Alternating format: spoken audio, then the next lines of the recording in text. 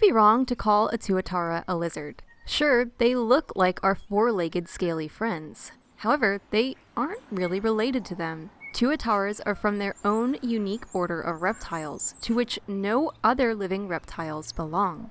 Some scientists argue that tuataras should be separated into different species, but as it currently stands, there is only one living species of tuatara, though they don't seem to be really aware of what some might consider a lonely existence. Apparently, tuataras aren't against bullying one another for good den sites, and they may even engage in combat during the breeding season. Also, they can be super old. So personally, I see these guys as the grandpa reptiles who just want to live in peace and keep everybody else off their lawn.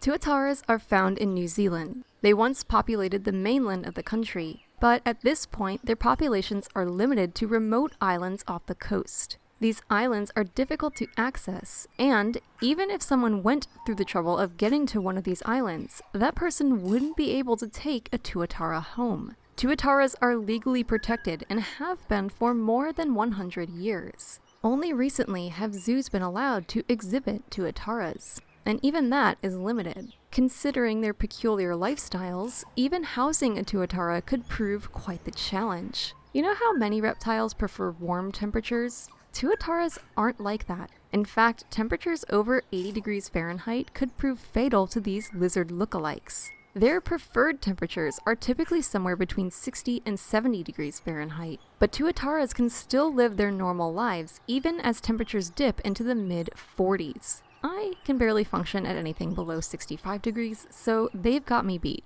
Thankfully, the islands which they inhabit are usually in the perfect temperature range for these rare reptiles.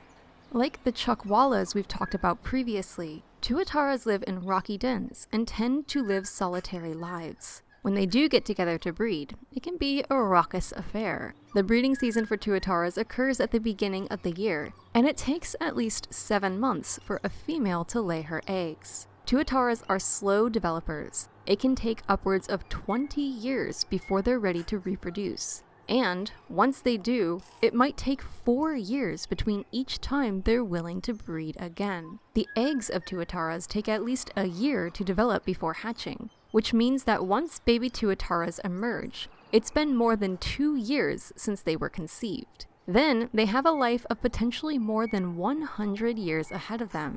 Along with their slow development, tuataras are slow metabolizers, meaning they don't eat a lot of food. When they do eat, their food comes in the form of bird eggs, worms, snails, frogs, lizards, and arthropods, while young tuataras may be taken by predators, including other members of their species and introduced rats. The adults, reaching an average of 1.5 feet in length, are typically left alone. Like iguanas, tuataras can come in different colors, with some appearing red, others olive green, and more a shade of gray. The males also support crests down the backs of their necks and along their backs. Female tuataras may also show off these crests, though usually not as prominently as their slightly larger male counterparts.